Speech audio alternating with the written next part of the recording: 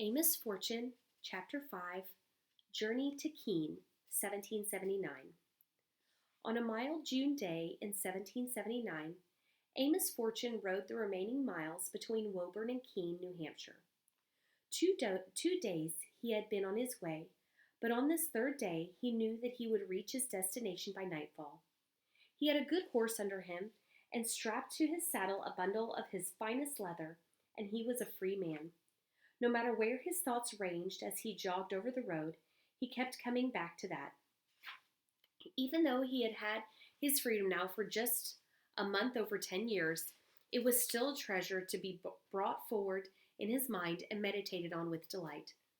A strange thing freedom was, he thought, with its side of shadow as well as of light, for he was free too of household cares and domestic ties, and that saddened him, but only as a passing cloud dims the sun for a moment. All during the years of his servitude, he had longed for the sweetness of a home with a woman in it. But though he had been twice married, he had known that with both Lily and Lydia, the sweetness could not last for long. With Violet, he thought that it would be different, for she was younger than he and stronger. But she was a slave, and he could have her only at the purchase price. James Baldwin had put the price at £50, and Amos Fortune had to glance down the years to see the work he must do to amass that much money. The purchase price for Violet included Violet's little daughter, Celindia, and Amos was pleased to think that one deed would give freedom of two people. Celindia was 4 years old, dusky, sweet voiced, and in her young eyes Amos saw back into another lifetime. For Celindia, too, grow now in freedom would mean so much. For Celindia to grow now in freedom would mean so much. To live on in bondage might mean the acceptance of barriers, perhaps for all her days. Amos had £10 worth of leather with him. There was more work in his shop in Woburn that had been done and could be delivered. It might not be far away, that purchase price of £50. Easy now, Cyclops, he murmured, stroking his horse, and we'll both have a rest at the top. Cyclops slowed to a walk, and Amos thought of Joshua and the promised land, and of how the Lord told him to be strong and of good courage. He was like Joshua, he thought, for he too was seeking a new place to live and work, a place where he might build a home for Violet and Celindia, and they three might have such peace as was their portion. When he came to the top of a hill, he thought of Joshua no longer, but of Amos and his promised land, for spread before him was an area that represented all he could hope for happiness.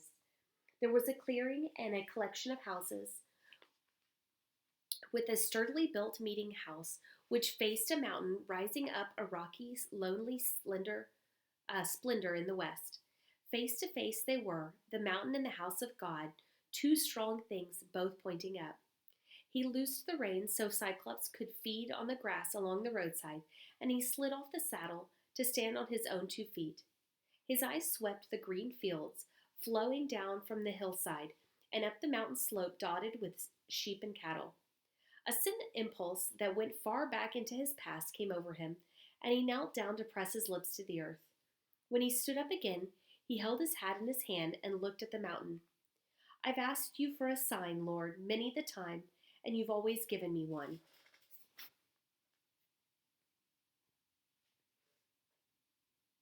I'm asking you now. It doesn't need to be anything big. Lord, I'll understand. If this is the place for me to start my life again, I'll thank you kindly for telling me so. Not right away, Lord, but when it conveniences you. Just some time before I start the journey back to Woburn. He waited respectfully for a moment in case a sign should come soon. Then he picked up Cyclops' reins and mounted into the saddle. Amos Fortune went on his way singing. The cleared land gave again to forest, and his voice echoed through the woodland, merging with the singing of birds and running of a brook, the clopping of a horse's hoofs. His voice rolled out full and strong. He passed a signpost at a crossroad, and the hand that pointed over the road he had come said, Jaffrey, 6 miles, while the hand pointing ahead said Keene, 10 miles. He said the name Jeffrey over and over to himself, whispering it, singing it, speaking it, and every time it was as if he had entered his promised land. Cyclops was old, though he was a robust horse, and the fact that he had only one eye made Amos easy on him. He had been a poor piece of horseflesh when his owner had brought him to the tannery and asked Amos how much he would give for his hide. Amos had replied he would give him 10 pounds for the horse alive, and the deal had been closed with the exchange. A summer in pasture, good care, and something more than care, and the old horse took a new hold on life and was ready to give Amos service. When Amos' fortune reached Keene, he found stabling for Cyclops at the inn, but no lodging for himself. He shared the stall with his horse, pleased that the straw was clean and there was fresh water at hand to wash down the bread he had brought in his pack. Early in the morning, he paid the shilling asked for the horse's accommodation. It was expensive, but Amos knew that he could not question the white man's price.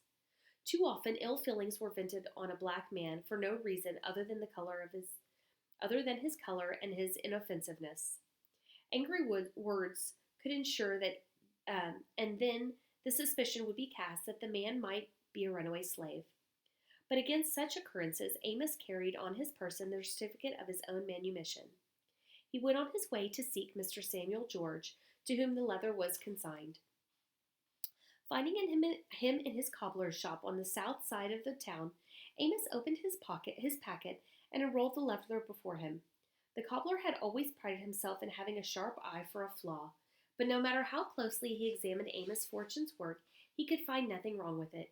He shook his head slowly, but the gesture gave Amos no concern. It was a gesture of approval, and the tanner recognized it as such. "I'm wishing we had a tanner such as you somewhere near," Mr. George said. "You've got a tanner down by the river," Amos commented. "I said such as you," George reminded him. He stroked the leather with his hands. It was smooth and supple. The best that was in the hide had been coaxed from it by knowing hands.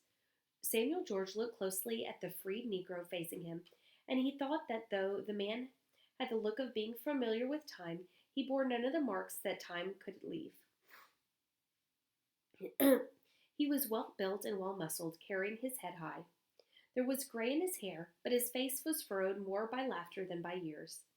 There was a twinkle in Amos' eye when he asked, "How far would a man travel to get his hides tanned? 10 miles?" Samuel laughed. "That's not half a day's journey. Why, man, if you were to settle anywhere in this countryside, you'd have people bringing their hides to you from miles around." When it came to paying out the money for the leather, Samuel George was slow in making the transaction. As he placed the last note in Amos's hand, he said, "It's good your leather costs no more, for I've come to the end of my money until my customers pay me." Amos folded 4 of the notes carefully away, but he held out 6 and said thoughtfully, "Would you like to have some of it on credit?" The cobbler looked like a hungry man being offered food. "I'd like to borrow some of those notes back again, if you're willing. I'll offer any security you like." Amos' eyes roved the small shop with his tools, trade, and bones and shoes. Then he looked at Samuel George, ample in girth, in middle years. There might be some clothes you could no longer wear, which would hang nicely on Amos' leaner build. "How about your go-to-meeting hat?" Amos began tentatively. "Would you want to part with it now?" The cobbler laughed. "You've chosen the one thing I've no more use for." He crossed the room to a press and took from it a fur hat, which looked as if it had not seen the light of a Sunday morning for a long time. He drew out a broadcloth coat and a patterned jacket with a stripe that was the same blue as the coat. "Here," he said, "you might as well take the lot. I've grown too big for them. Take them as security." "Or in sale?" Amos asked. "Either will suit me." Samuel George concluded, relieved to have 6 pound notes when he thought he was down to a few pence, and glad to have his press cleared of useless clutter. A half hour later, when Amos went down the road on Cyclops, with his newly acquired garments in a neat bundle on the saddle, his fur hat on his head, Samuel George smiled to himself as he watched him go. "What he wants with all those fine clothes is hard to see," he said aloud to himself. They caught his fancy like a child's, but that's what they are, those black people, nothing but children. It's a good thing for them the whites took them over. In retracing his way, Amos stopped again on the hill that was that was Jeffrey. He faced the mountain with the mountain he was leaving behind and talked to it as a man might to a friend. "I'll be back," he said. "Just you wait there, you old mountain, and we'll be soon talking together every day." Then he lifted his gaze a little higher and looked skyward. "Thank you kindly, Lord, for the sign you gave me back there in Keene, and thank you for all my fine clothes. Violet's going to be mighty proud when she sees me in them, but I'll keep them for our wedding day, her freedom day. So help me, Lord." It was November before Amos had the money ready for his purchase, and on the ninth day he went to the house of James Baldwin, where Violet was a domestic, and Cindelia, for all her few years, was made to do more than a child's duties. An hour later they walked out of the house together, the little girl following them, and the next day they went to the church to be married. Violet wore the simple homespun dress she had made herself, and Amos wore the broadcloth coat, the gay jacket, and he had secured in Keene. The church register was signed. Amos Fortune and Violet Baldwin, blacks, both of Woburn, November 10th, 1779. The vows were made, the ring slipped on, and they left the church to begin their united life. Violet took a deep breath of freedom, and Cindelia ran ahead, chasing a small bird. The world belonged to them. Violet was no longer at the beck and call of a white man who would have her do his bidding. She was her own master now. She smiled at Amos. He had given her his love and her freedom. She had no words with which to thank him, but deep in her heart she prayed that she might be his true helpmeet during the years remaining to them both. Celindia came running back to them as the bird flew off across a meadow, dipping to the grass, then soaring to a bush's height, balancing itself against the wind as it pursued some pattern of its own. "Why do you go on fluttering after the fluttering, child?" Violet asked. "'Cause he flew over that field and we can't go there." "The world is yours, Celindia," Amos said quietly. "Don't you remember what I told you last night? You're as free as the birds in the air." A smile started to part Celindia's full lips, but before it had its way, the lips began to quiver and large dark eyes filled with tears. Amos stooped down to be on her level, and she threw her arms round his neck. "That's a strange thing for a child to do," Violet said apologetically.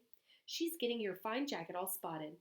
"Let her alone, Violet," Amos said as he patted Celindia's heaving shoulders. "Some things are too wonderful even for a child, and freedom's one of them."